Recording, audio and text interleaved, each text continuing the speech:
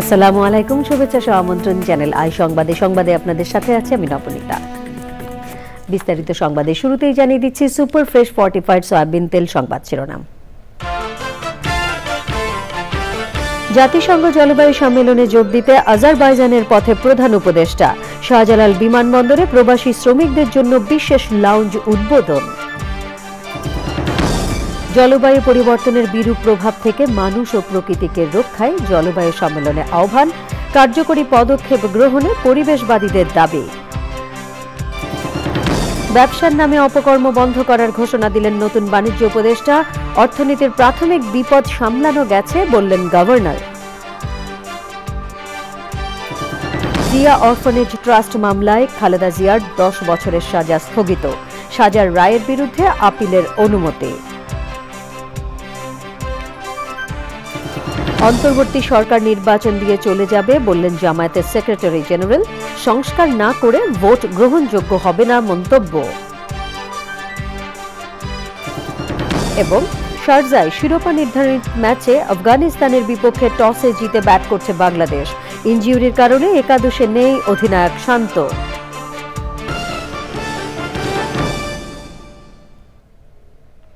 এছাড়া নিটোল টাটা বিশেষ সংবাদে থাকছে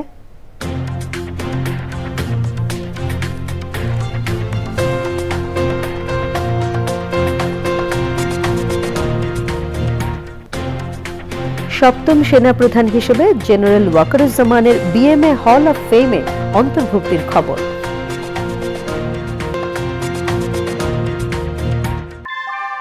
আমরা তৈরি করি বিশ্বমানের জার্মান প্রযুক্তির ভূমিকম্প সহনশীল থার্মেক্স রড, যা আপনার স্থাপনাকে নিরাপদ রাখে প্রজন্ম থেকে প্রজন্ম। সালাম স্টিল, মোস্ট ডিউরেবল স্টিল। সংবাদ শিরোনামগুলো জানাচ্ছিলাম। এখনকার সংবাদ আয়োজন একই সঙ্গে চ্যানেল আই ইউটিউব চ্যানেল এবং channel I OTT platform I স্ক্রিনে লাইভ স্ট্রিমিং হচ্ছে। যাচ্ছি পুরো সংবাদে। জাতিসংঘের জলবায়ু বিষয়ক বিশ্ব সম্মেলন COP29-এ যোগ দিতে আজারবাইজানের পথে রয়েছেন প্রধান উপদেষ্টা অধ্যাপক ডক্টর মোহাম্মদ ইউনূস। যাত্রার আগে হযরত শাহজালাল আন্তর্জাতিক বিমানবন্দরে দেশের অভিবাসী শ্রমিকদের জন্য বিশেষ লাউঞ্জ উদ্বোধন করেন প্রধান উপদেষ্টা। তিনি বলেন, প্রবাসীদের অর্জিত কষ্টের টাকা আগে বিদেশে পাচার হতো, এটা করতে দেয়া যাবে না। মোস্তফা মল্লিক জানাচ্ছেন।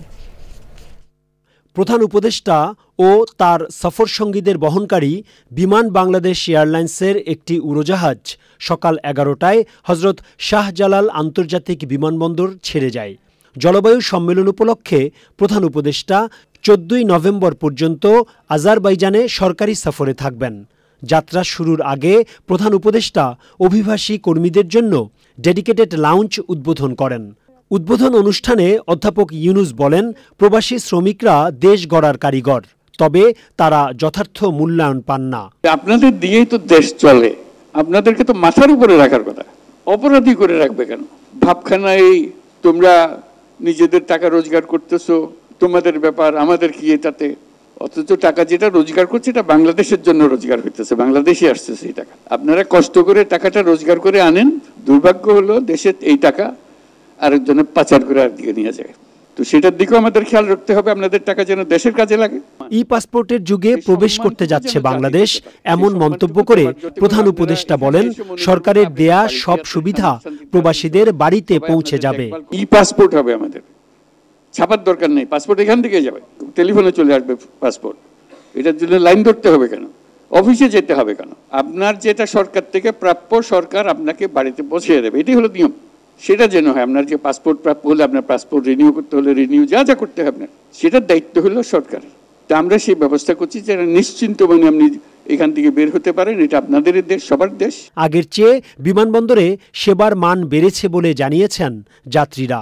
যে আমাদের প্রবাসে যে আমরা আগে 10 বছর কাতারে আছিলাম, কিন্তু আসার পরে এয়ারপোর্টে যেগুলা দেখছি বা যে ব্যবহারগুলো পাইছি আমরা, এখন আগের চেয়ে আলহামদুলিল্লাহ অনেক ভালো, বা অনেক ভালো ব্যবহারও পাইতেছি, সবকিছু আলহামদুলিল্লাহ ভালো। আরও 3 বার আসছি, আমার এবার খুব ভালো লাগছে, পরিবেশটা খুব সুন্দর। এয়ারপোর্টের বাইরে এসে দাঁড়ায় থাকতে তো 3 ঘন্টা 5 ঘন্টা পর্যন্ত দাঁড়ায় থাকতে তো, কারণ এইবারকে এসে আমার কোনো দাঁড়ায় থাকা লাগেনি, আমি সাথে সাথে ভিতরে ঢুকে গেছি, সব সহযোগিতা পাইছি, আর এই জায়গায় এসে খুবই ভালো লাগেছে এবারকেরা। অভিবাসী শ্রমিকদের জন্য লাউঞ্জটিকে আধুনিক করতে সহায়তা করেছে জাতিসংঘ। Mostafa Mallik, channel I, Dhaka. জলবায়ু পরিবর্তনের বিরূপ প্রভাব থেকে মানুষ ও প্রকৃতি রক্ষার আহ্বান ও এই খাতে বিনিয়োগের প্রতিশ্রুতি এবং জলবায়ু অর্থায়নে গুরুত্ব দিয়ে আজারবাইজানের বাকুতে শুরু হয়েছে বিশ্ব জলবায়ু সম্মেলন। জলবায়ু বিপর্যয় থেকে কোনো দেশই মুক্ত নয় বলে সতর্ক করেছেন জাতিসংঘের শীর্ষ জলবায়ু কর্মকর্তারা। আর বেসরকারি অর্থায়ন ছাড়া পরিবেশ বান্ধব পরিবর্তন সম্ভব নয় উল্লেখ করে জীবাশ্ম জ্বালানির পরিবর্তে নবায়নযোগ্য জ্বালানির ব্যবহারে ঐক্যবদ্ধভাবে কাজ করার আহ্বান জানিয়েছেন সম্মেলনের নবনির্বাচিত প্রেসিডেন্ট মোক্তার বাবায়েভ। আজারবাইজানের বাকু থেকে আলিমাল রাজি জানাচ্ছেন। আজারবাইজানের রাজধানী বাকুতে COP29 সম্মেলনে যোগ দিয়েছেন প্রায় 200 দেশের রাষ্ট্রপ্রধান ও উচ্চপদস্থ কর্মকর্তারা। এবছরের সম্মেলন এমন এক সময় অনুষ্ঠিত হচ্ছে যখন মার্কিন যুক্তরাষ্ট্রে ডোনাল্ড ট্রাম্প পুনরায় নির্বাচিত হয়েছেন এবং প্যারিস চুক্তি থেকে যুক্তরাষ্ট্রকে সরিয়ে নেওয়ার অঙ্গীকারও করেছেন।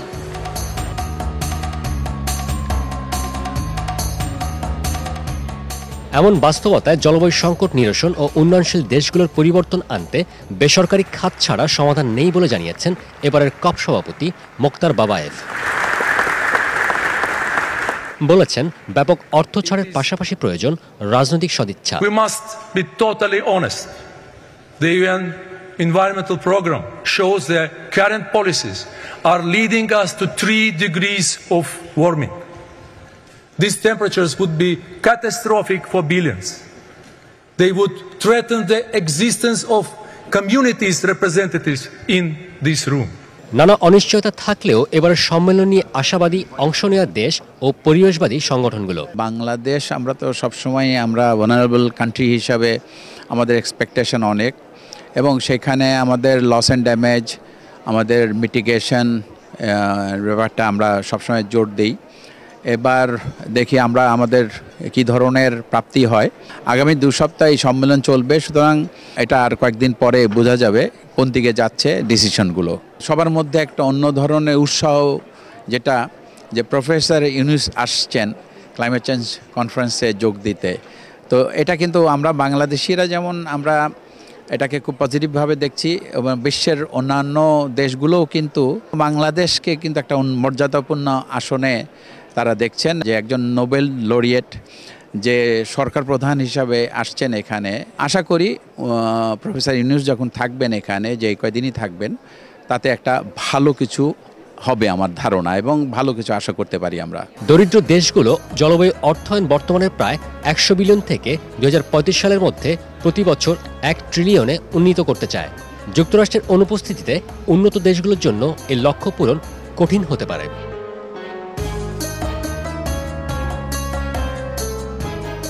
পরিস্থিতি বলছে, সভ্যতা রক্ষায় শুধু অভিযোজনই নয়, দরকার নবায়নযোগ্য জ্বালানি ও পরিবেশ বান্ধব প্রযুক্তিতে ব্যাপক বিনিয়োগ। আর সেজন্যই ন্যায্যতার ভিত্তিতে সমন্বিত উদ্যোগে জোর দিয়েছে ক্ষতিগ্রস্ত দেশগুলোর পাশাপাশি পরিবেশবাদীরা। আজারবাইজানের বাকু থেকে আলিমাল রাজি, চ্যানেল আই। ব্যবসার নামে অপকর্ম বন্ধ করার ঘোষণা দিয়েছেন নতুন বাণিজ্য উপদেষ্টা হওয়া শেখ বশিরউদ্দিন। কেন্দ্রীয় ব্যাংকের গভর্নর জানিয়েছেন, অর্থনীতির প্রাথমিক বিপদ সামলানো গেছে। রাজধানীতে এক অর্থনৈতিক সম্মেলনে আলোচকরা আরও বলেছেন, বর্তমান সরকারকে রাজনৈতিক অর্থনীতির চ্যালেঞ্জ মোকাবেলা করতে হবে। মাসুর শাকিল জানাচ্ছেন। দৈনিক বণিক বার্তার আয়োজনে বৈষম্য, আর্থিক অপরাধ ও বাংলাদেশের অর্থনীতির নিরাময় নিয়ে অর্থনৈতিক সম্মেলন। গণঅভ্যুত্থান পরবর্তী সময়ে দেশের অর্থনীতির ক্ষত সারিয়ে ওঠার উপায় বলেন আলোচকরা। মূল্যস্ফীতি বহু কারণের সৃষ্টি হয়। মূল্যস্ফীতির অন্তত 10টা থেকে 18টা কারণ আছে। এর ভিতরে একটা হলো বেশি করে মুদ্রা সরবরাহ যদি করে মূল্যস্ফীতি বাড়ে। এখন যদি আপনি মূল্যস্ফীতি কমাইতে গিয়া এমন এক মুদ্রানীতি ফলো করবেন যেটা সমাজের সমস্ত অর্থনীতিকে গলা টিপে ধরবে, সেটা কোনো মুদ্রানীতি বলে আমার কাছে বিশ্বাস হয় না। আপনার দায়বদ্ধতা না থাকে, আপনার জবাবদিহিতা না থাকে, আপনি বারবার তাদের কাছে যেতে না হবে, কোনো কিছু কাজ করবেন না। At the end of the day দেখবেন যে যত রিফর্মস করবেন, যত রিফর্মসের আলাপ করবেন, এগুলো একটা সময়ে যার যার সুবিধা মতো এই রিফর্ম চলে যাবে। So only way to do it is through Democratic process. আমি যেটা বলেছি, ইকোনমিতে গণতন্ত্রায়ন করতে হবে। 5ই অগাস্ট যখন সেই স্বৈরাচারী শাসন ব্যবস্থার পতন হয়, তখন কিন্তু প্রচণ্ড একটা ঐক্যের একটা মুড তৈরি হয়েছিল, এবং সেটা আছে। ঐক্যবদ্ধ, সবাই ঐক্যবদ্ধ ছিল, শুধুমাত্র যারা ক্ষমতা হারিয়েছে তারা ছাড়া। কিন্তু এই ঐক্যবদ্ধ মানসিকতাটা ধরে রাখাটা খুব জরুরি। অনুষ্ঠানে বাংলাদেশ ব্যাংকের গভর্নর বলেন, অর্থনীতির প্রাথমিক বিপদ সামলে নেওয়া গেলেও মূল্যস্ফীতি কমাতে আরও সময় দিতে হবে। আমরা কিন্তু কোনো বিজনেস প্রতিষ্ঠান সরকারিভাবে কোনো বন্ধ করার চেষ্টা করা হয়নি। কোনো ব্যাংক অ্যাকাউন্ট যেটা কোনো বিজনেস প্রতিষ্ঠানের সাথে সম্পৃক্ত সেটাকে কিন্তু আমরা ব্লক করি নাই, সেটা কমপ্লিটলি ওপেন আছে। দেশ রক্ষায় যারা জীবন দিয়েছে, আহত হয়েছে, তাদের প্রতি দায়বদ্ধতা থেকে সাধারণ মানুষের জীবনকে আরেকটু সহজ করতে কাজ করছে অন্তর্বর্তী সরকার, বললেন অর্থ ও বাণিজ্য উপদেষ্টা দুজনেই। মূল্যস্ফীতির যে সমস্যাটা, আই থিঙ্ক আমার ধারণা মূল্যস্ফীতির ব্যাপারটাতেও আমাদের একই ধরনের লিভার ইউজ করতে হবে। এই লিভার্সগুলোকে আইডেন্টিফাই করতে হবে, সেটা আমদানি দিয়ে, স্থানীয় উৎপাদন দিয়ে, মানে access to market, time to market, এই জিনিসগুলোকে এবং অন্যান্য যত নিয়ামক সমূহ আছে, এই নিয়ামক সমূহগুলোকে যদি আমরা অ্যাপ্রোপ্রিয়েটলি আইডেন্টিফাই করতে পারি, ইনশাল্লাহ আমরা আশা করি যে একটা পরিবর্তন আমি দেখতে পাবো। আমাদের কারো কোনো এজেন্ডা নেই, আমাদের ব্যক্তিগত এজেন্ডা নেই, এজেন্ডা আছে দেশের স্বার্থ, সেটা হলো আমাদের এজেন্ডা। আমরা চেষ্টা করছি করতে। তবে আমি বলে রাখি, এখানে অনেক রাজনীতিবিদ আছে, আমরা we would like to leave a footprint. আমরা যেটা করবো শর্ট টার্মে বা মিড টার্মে, ফুটপ্রিন্ট মানে ভবিষ্যতে যেন যে কোনো সরকারে আসে সেগুলো অ্যাটলিস্ট সেগুলো যেন তারা পারসু করে। আলোচকরা বলেন, সেবা ও সুযোগ পাওয়ার ক্ষেত্রে বৈষম্য দূর করতে সরকারকে কাজ করতে হবে, যাতে দিন শেষে মানুষ উপলব্ধি করতে পারে সরকার সাধারণ মানুষের জন্য। মাসুর শাকিল, চ্যানেল আই, ঢাকা। প্রথম দিন অফিস করলেন উপদেষ্টা পরিষদে যুক্ত হওয়া নতুন 3 উপদেষ্টা। দ্রব্যমূল্য নিয়ন্ত্রণ আর খাদ্য নিরাপত্তা নিশ্চিত করার কথা জানান বাণিজ্য এবং খাদ্য উপদেষ্টা। সংস্কৃতি অঙ্গনে পরিবর্তন আনতে কাজ করবেন বলে জানিয়েছেন সংস্কৃতি উপদেষ্টা। সরকারের কাজে গতি আনতে উপদেষ্টা পরিষদের সদস্য বাড়ানো হয়েছে বলে মন্তব্য করেছেন পরিবেশ উপদেষ্টা, জানাচ্ছেন রফিকুল বাশার। অন্তর্বর্তী সরকারের পরিসর বাড়ানোর পর সচিবালয়ে নিজ নিজ দপ্তরে প্রথম অফিস করলেন শপথ নেওয়া উপদেষ্টারা।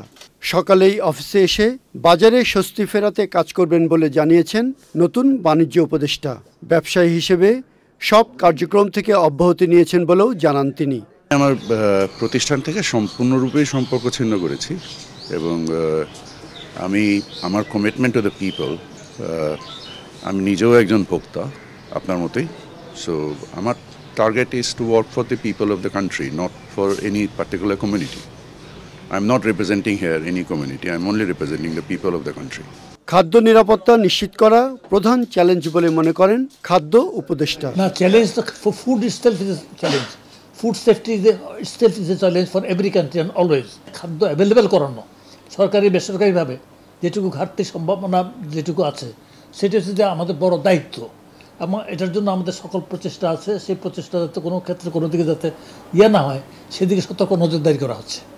সংস্কৃতি অঙ্গনে কিছু দৃশ্যমান পরিবর্তন করার ইচ্ছার কথা জানিয়েছেন নতুন সংস্কৃতি উপদেষ্টা। সংস্কৃতি কর্মী ভাইদের প্রতি পরিষ্কার আমার আহ্বান যে সরকার সংস্কৃতি বান্ধব, শিল্পের সব শাখা বান্ধব। আপনারা যে যার মতো করে শিল্প চর্চা করেন, কিন্তু ওই ঘটনার আগে তো প্রতিদিনই থিয়েটার হয়েছে, কেউ তো নাটক বন্ধ করেনি। সোহরাওয়ার্দীতে যাত্রা হচ্ছে, কেউ তো বন্ধ করছে না। সিনেমা হলে সিনেমা হচ্ছে, কেউ তো বন্ধ করছে না। অত্যন্ত কুরুচিপূর্ণ এবং জঘন্য এবং উস্কানিমূলক জিনিস যদি সামাজিক মাধ্যমে শেয়ার করেন, যেটা আপনি আপনার ফ্যামিলির সঙ্গে বসে দেখতে পাবেন না, এরকম পোস্ট, তাহলে একটা বিক্ষুব্ধ মানুষ কিন্তু তার মতামত জানাবে। সচিবালয়ে এক বইয়ের মোড়ক উন্মোচন শেষে পরিবেশ উপদেষ্টা সৈয়দা রিজওয়ানা হাসান বলেন, কাজের গতি আনতে উপদেষ্টা পরিষদের কলেবর বাড়ানো হয়েছে। কাজের গতি এবং দক্ষতা দুটোই বাড়ানো প্রয়োজন, আর আরও একটু অন্তর্ভুক্তিমূলক হওয়া প্রয়োজন। সে প্রেক্ষিতেই কারো কারো কাজের চাপ কমাতে সেখানে প্রতিমন্ত্রীর পদমর্যাদায় নিয়োগ দেয়া হয়েছে, আর কোনো কোনো মন্ত্রণালয় আমরা নতুন উপদেষ্টা পেয়েছি। Rafiqul Bashar, channel I, Dhaka. Zia orphanage trust মামলায় বিএনপি চেয়ারপারসন বেগম খালেদা জিয়াকে হাইকোর্টের দেয়া 10 বছরের সাজা ও অর্থদণ্ডাদেশ স্থগিত করেছেন আপিল বিভাগ। সাজার রায়ের বিরুদ্ধে তাকে আপিল করার অনুমতি দিয়েছেন আদালত। উভয় পক্ষকে 2 সপ্তাহের মধ্যে মামলার সারসংক্ষেপ জমা দিতে বলা হয়েছে। ফরমায়েশি রায়ের মাধ্যমে খালেদা জিয়াকে সাজা দেয়া হয় বলে দাবি করেন তার আইনজীবীরা। মাজহারুল হক মান্না জানাচ্ছেন। জিয়া অরফানেজ ট্রাস্ট মামলায় 2018 সালের 8ই ফেব্রুয়ারি সাবেক প্রধানমন্ত্রী বেগম খালেদা জিয়াকে 5 বছরের সাজা ও অর্থদণ্ডাদেশ দেন বিশেষ জজ আদালত 5। রায়ের বিরুদ্ধে হাইকোর্টে আপিল করলে একই বছরের 30শে অক্টোবর সাজা বাড়িয়ে 10 বছরের কারাদণ্ডাদেশ দেন হাইকোর্ট। পূর্ণাঙ্গ রায় প্রকাশের পর 2019 সালে আপিল বিভাগে 2টি লিভ টু আপিল করেন খালেদা জিয়া। এর ওপর আদেশ দেন বিচারপতি আশরাফুল ইসলামের নেতৃত্বে 3 বিচারপতির বেঞ্চ। অপারেশন অব দি জাজমেন্ট যেটা এই ফ্যাসিস্ট সরকারের পক্ষ থেকে, তারপরে জুডিশিয়ারির পক্ষ থেকে এবং দুদকের অনুরোধে দেয়া হয়েছিল এবং সেই আদেশগুলো, রায়গুলো মাননীয় আদালত স্থগিত ঘোষণা করেছেন। সে আপিলে লিভ দিয়েছেন এবং এই লিভ শুনানি না হওয়া পর্যন্ত তো এই সাজা স্থগিত থাকবে। কোন কোন যুক্তিতে আপিল করার অনুমতি দেওয়া হয়েছে সে সম্পর্কে বলেন আইনজীবী। যে মামলায় সাজা দেওয়া হয়েছে এটা একটা ফরমাইশি জাজমেন্ট, প্রথম জাজমেন্টটাই একটা ফরমাইশি জাজমেন্ট এবং সেই ফরমাইশি জাজমেন্টটাকেই এই আপিল আমাদের অনারেবল হাইকোর্ট ডিভিশন তারা আবার আরেকটা ফরমাইশ সরকারের নির্দেশে হাইকোর্ট ডিভিশন আদেশ দিয়েছেন। কাজেই আমরা বলেছি এইটা বিচারে বিভ্রাট সৃষ্টি হয়েছে। ওদিকে জিয়া চ্যারিটেবল ট্রাস্ট মামলায় বিচারিক আদালতে রায়ের বিরুদ্ধে দ্রুত আপিল শুনানির জন্য নিজ খরচে পেপারবুক তৈরি করার অনুমতি পেয়েছেন বেগম খালেদা জিয়া। মাজহারুল হক মান্না, চ্যানেল আই, ঢাকা। জামায়াতে ইসলামীর সেক্রেটারি জেনারেল অধ্যাপক মিয়া গোলাম পারোয়ার বলেছেন, অন্তর্বর্তী সরকার নির্বাচন দিয়ে চলে যাবে, এটিই তাদের দায়িত্ব। দীর্ঘদিন ক্ষমতায় থাকা তাদের কাজ নয়। তিনি মনে করেন সংস্কার কাজ শেষ না করে এখনই ভোট হলে তা গ্রহণযোগ্য হবে না। তাফহিমুল ইসলাম জানাচ্ছেন, অন্তর্বর্তী সরকার নির্বাচন কবে দেবে সেই অপেক্ষায় রাজনৈতিক দলগুলো। কবে নাগাদ ভোট দেওয়া উচিত এ নিয়ে নানা মত থাকলেও সংস্কার চায় সবাই। সংস্কার নিয়ে রাজনৈতিক দলগুলোর সাথে সংলাপের পাশাপাশি সহযোগিতা চাইছে অন্তর্বর্তী সরকার। সংস্কারের আগে নির্বাচনের জন্য চাপের বিষয়ে জামায়াতে ইসলামের সেক্রেটারি জেনারেল বলেছেন, এখনই নির্বাচন দিলে তা গ্রহণযোগ্য হবে না। কোনো রাজনৈতিক দল যদি মনে করে যে না এত রিফর্ম প্রয়োজন নেই, তার ইলেকশন হয়ে যাক, তাহলে আমরা মনে করি সেই ইলেকশন ফেয়ার হবে না, সেই ইলেকশন গ্রহণযোগ্য হবে না, পার্টিসিপেটরি হবে না, যা তাই হবে। অধ্যাপক মিয়া গোলাম পারোয়ার মনে করে দেশ শাসন করবে জনগণের ভোটে নির্বাচিত সরকার। নির্বাচনের যৌক্তিক সময় নিয়েও কথা বলেন তিনি। অন্তর্বর্তীকালীন সরকার নির্বাচন দিয়ে চলে যাবেন, এটাই তাদের দায়িত্ব। লং টাইম থেকে রাষ্ট্র শাসনের দায়িত্বটা তাদের নয়। রাষ্ট্র শাসন করবে জনগণের নির্বাচিত প্রতিনিধিরা। সেই জন্য বারবার আমরা যেটা বলছি, সেই গ্রহণযোগ্য সময়ের মধ্যে যত দ্রুত সব চ্যালেঞ্জগুলোকে ফেস করে সংস্কার কাজগুলো শেষ করে নির্বাচনের রোডম্যাপ ঘোষণা করে দেওয়া উচিত। ইলেকশনে যেন ভোট জনগণ দিতে পারে, সেইটার জন্য যতটুকু সময় লাগে, 2 মাস, 6 মাস, 8 মাস, 9 মাস, বছর কি লাগবে পরিস্থিতি বলে দেবে। আমার কাছে মাস আর ঘন্টা গুরুত্বপূর্ণ নয়, আমার কাছে সিচুয়েশনটা গুরুত্বপূর্ণ। কিন্তু আপনি 2 বছর সময় দিলেন, কিন্তু পরিস্থিতির কোনো পরিবর্তন হলো না, এই 2 বছরের তো কোনো মূল্য হলো না। নির্বাচন নিয়ে জামায়াতে ইসলামী ভীত বা বিচলিত নয় জানিয়ে অধ্যাপক মিয়া গোলাম পারোয়ার বলেছেন, ভোটের জন্য তারা সবসময় প্রস্তুত। শাহাদাতের মূল্য দিয়ে। তাফহিমুল ইসলাম, চ্যানেল আই, ঢাকা। বিদ্যুৎ, খনিজ সম্পদ ও জ্বালানি উপদেষ্টা ডক্টর মোহাম্মদ ফজল কবির খান জানিয়েছেন, আগামী সপ্তাহে 40টি প্রকল্পের অনুমোদন দেওয়া হবে, যা থেকে 1000 মেগাওয়াট নবায়নযোগ্য বিদ্যুৎ পাওয়া যাবে। বিদ্যুৎ ঘাটতি কমাতে শিল্প কারখানায় সৌর জ্বালানি প্রযুক্তি ব্যবহারে যন্ত্রপাতি আমদানির শুল্ক কমানোর দাবি জানিয়েছে বিকেএমইএ। বাংলাদেশকে দ্রুত নবায়নযোগ্য জ্বালানির বিষয়ে সিদ্ধান্ত নিতে হবে উল্লেখ করে বিশ্বব্যাংক জানিয়েছে, এ খাতে তারা অর্থ সহায়তা দিতে প্রস্তুত। রোকসানা আমিন জানাচ্ছেন, রুফটপ সোলার সিস্টেম সম্ভাবনা এবং সুবিধা নিয়ে ইনফ্রাস্ট্রাকচার ডেভেলপমেন্ট কোম্পানি লিমিটেড ইডকলের কর্মশালায় প্রধান অতিথি বিদ্যুৎ, খনিজ সম্পদ ও জ্বালানি উপদেষ্টা। শিল্প খাতে রুফটপ সোলার প্রযুক্তি ব্যবহার করে সক্ষমতা বাড়ানো সহ টেকসই অবকাঠামো নির্ভর বাংলাদেশ নির্মাণে বেশ কিছু পদক্ষেপের কথা জানান জ্বালানি উপদেষ্টা। রাজনৈতিক প্রভাবমুক্ত ও জনমুখী প্রকল্প গ্রহণের উপর গুরুত্ব আরোপ করেন তিনি। বিগত সরকারের সময়ে বিদ্যুৎ ও জ্বালানি খাতে ভুল নীতিসহ অপ্রয়োজনীয় অনেক প্রকল্প নেওয়া হয়েছিল। জীবাশ্ম জ্বালানিতে জোর দিয়ে উপেক্ষিত রেখেছিল নবায়নযোগ্য শক্তিকে। আমরা রিনিউয়েবল জেনারেশন তৈরি করতে চাই। আগামী সপ্তাহে প্রায় 40টি প্রকল্পের উদ্বোধন করা হবে। 1 থেকে 1,500 মেগাওয়াট নবায়নযোগ্য জ্বালানি পাওয়া যাবে। বিশ্বব্যাংক মনে করে বাংলাদেশের টেকসই জ্বালানির জন্য নবায়নযোগ্য প্রযুক্তির বিকল্প নেই। তবে শিল্প কারখানাকে সৌর জ্বালানির আওতায় আনতে কর কমানোর দাবি বিকেএমই এর। ইন্ডাস্ট্রিতে আমরা এই সোলার সিস্টেমটা আমরা অ্যাডপ্ট করব।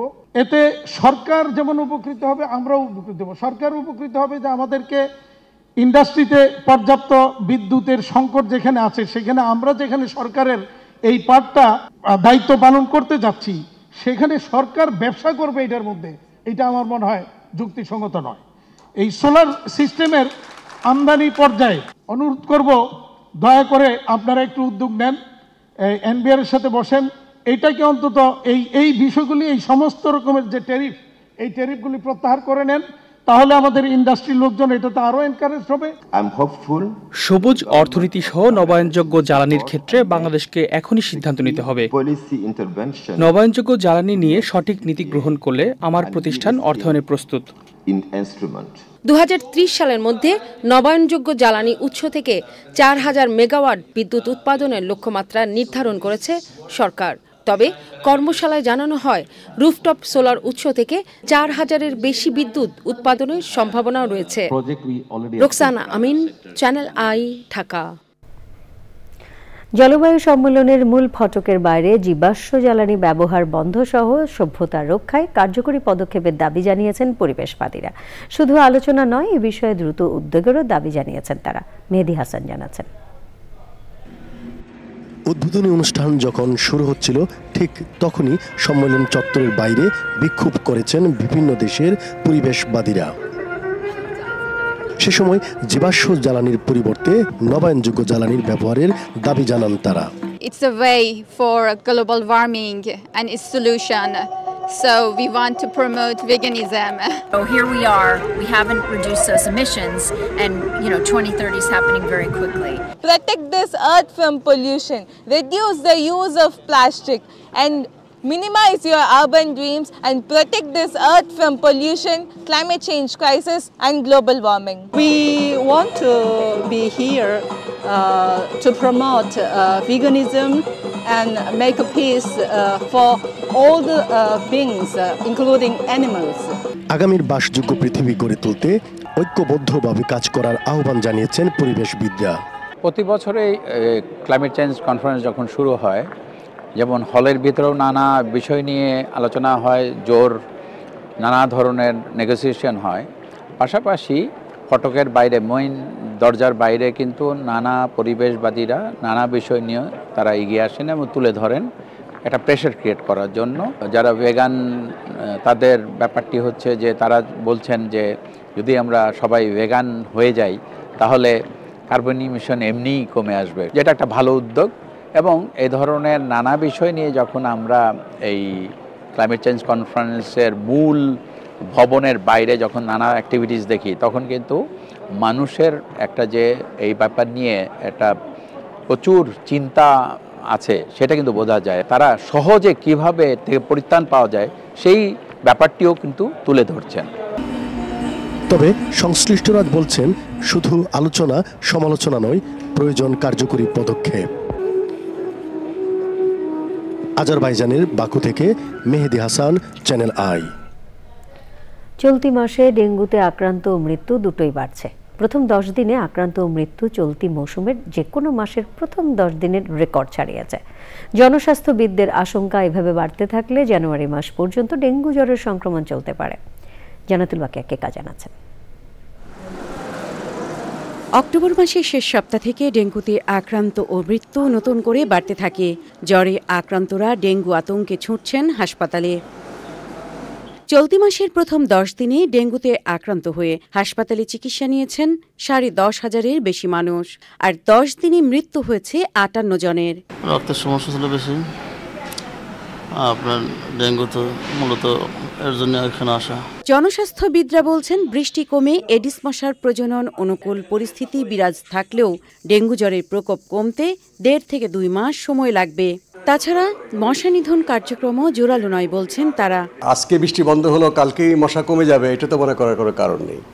মশার জীবনচক্র এবং ডেঙ্গুর ভাইরাসের জীবনচক্র দুটো মিলিয়ে প্রায় ২ মাস এই বিপদটা থাকার একটা আশঙ্কা থাকে। মৃত্যু সংখ্যা কমানোর জন্য আমাদের স্বাস্থ্য ব্যবস্থার অর্গানাইজেশন বা সাংগঠনিক বিকেন্দ্রীকরণটা খুবই দরকার। আমাদের অভিজ্ঞ চিকিৎসক আছে, নার্স আছে, অন্যান্য স্বাস্থ্যকর্মী আছে, আমাদের গ্রামাঞ্চলের প্রাথমিক স্বাস্থ্য প্রতিষ্ঠান রয়েছে, মাধ্যমিক প্রতিষ্ঠান রয়েছে, গ্রামাঞ্চলে প্রায় সব জেলা মেডিকেল কলেজ হাসপাতাল আছে। সেখানে যদি আমরা প্রাথমিক স্বাস্থ্য ব্যবস্থায় যদি ডেঙ্গু যাদেরই সন্দেহ হয় তারা যদি পরীক্ষা করার সুযোগটা পায় তাহলে তখনই তারা সাবধান হয়ে যায়। এডিস মশার প্রজনন প্রবণ স্থানগুলো চিহ্নিত করে একযোগে মশা নিধনে জোর কার্যক্রম চালানোর পরামর্শ দিয়েছেন বিশেষজ্ঞরা। জান্নাতুল বাকিয়া কেকা, চ্যানেল আই, ঢাকা। এবারে বাংলাদেশ আফগানিস্তান ওয়ানডে সিরিজ।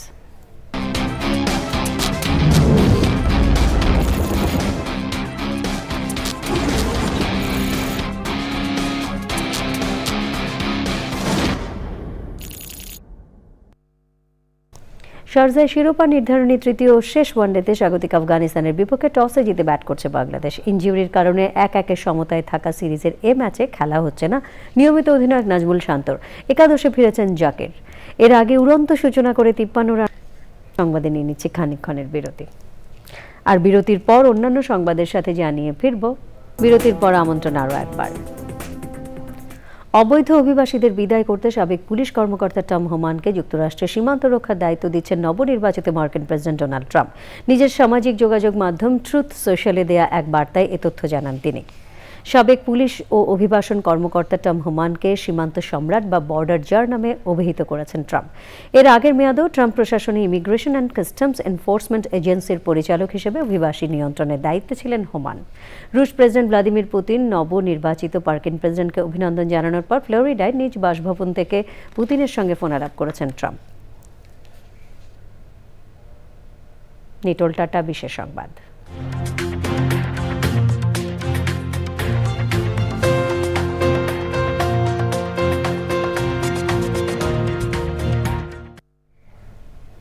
সেনাবাহিনী প্রধান জেনারেল ওয়াকারুজ্জামান চট্টগ্রামের ভাটিয়ারীতে বাংলাদেশ মিলিটারি একাডেমিতে ৭ম সেনাবাহিনী প্রধান হিসেবে গৌরবমণ্ডিত হল অব ফেমে অন্তর্ভুক্ত হয়েছেন। অনুষ্ঠানে জিওসি আর্চডগ কমান্ড্যান্ট, ইবিআরসি জিওসি ২৪ পদাতিক division adjutant general, commandant BMA, সামরিক সচিব সহ সেনা সদর, চট্টগ্রাম সেনানিবাস এবং বিএমএর ঊর্ধ্বতন ও বিভিন্ন পদবীর সেনা কর্মকর্তারা উপস্থিত ছিলেন।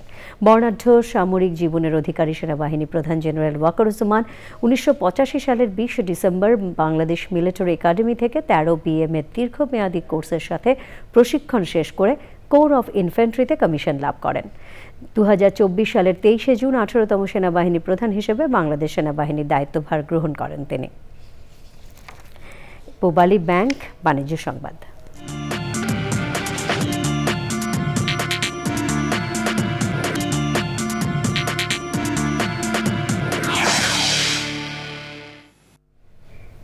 বিশ্বের দ্বিতীয় বৃহত্তম কোকো উৎপাদক দেশ ঘানায় মাঠ পর্যায়ে কোকোর দাম বাড়ানো হয়েছে। ২০২৪-২৫ মৌসুমে কৃষকদের আয় বাড়ানোর উদ্দেশ্যে পণ্যটির দাম বাড়িয়েছে দেশটির সরকার।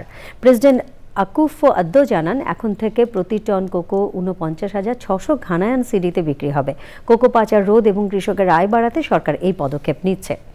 এছাড়াও কোকো চাষিদের সন্তানদের উচ্চশিক্ষার জন্য বৃত্তি প্রদান করতে কোকো বোর্ডকে নির্দেশনা দেওয়া হয়েছে। আবারও নিয়ে নিচ্ছি বিরতি।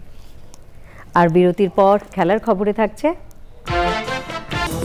আপনারা দেখছেন চ্যানেল আই সংবাদ। এবারে খেলার খবর। এর সাথে সংবাদের শেষ ভাগে আমরা সবশেষে সুপার ফ্রেশ ফর্টিফাইড সয়াবিন তেল সংবাদ শিরোনামগুলো জানিয়ে দিচ্ছি আরও একবার।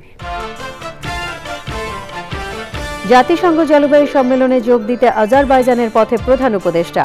শাহজালাল বিমানবন্দরে প্রবাসী শ্রমিকদের জন্য বিশেষ লাউঞ্জ উদ্বোধন। জলবায়ু পরিবর্তনের বিরূপ প্রভাব থেকে মানুষ ও প্রকৃতিকে রক্ষায় জলবায়ু সম্মেলনে আহ্বান, কার্যকরী পদক্ষেপ গ্রহণে পরিবেশবাদীদের দাবি। ব্যবসার নামে অপকর্ম বন্ধ করার ঘোষণা দিলেন নতুন বাণিজ্য উপদেষ্টা। অর্থনীতির প্রাথমিক বিপদ সামলানো গেছে বললেন গভর্নর। জিয়া অরফানেজ ট্রাস্ট মামলায় খালেদা জিয়ার 10 বছরের সাজা স্থগিত, সাজার রায়ের বিরুদ্ধে আপিলের অনুমতি। অন্তর্বর্তী সরকার নির্বাচন দিয়ে চলে যাবে বললেন জামায়াতের সেক্রেটারি জেনারেল। সংস্কার না করে ভোট গ্রহণযোগ্য হবে না মন্তব্য। এবং শারজায় সিরিজ নির্ধারণী শেষ ওয়ানডে ম্যাচে আফগানিস্তানকে 245 রানের টার্গেট দিয়েছে বাংলাদেশ। ইনজুরির কারণে একাদশে নেই অধিনায়ক শান্ত।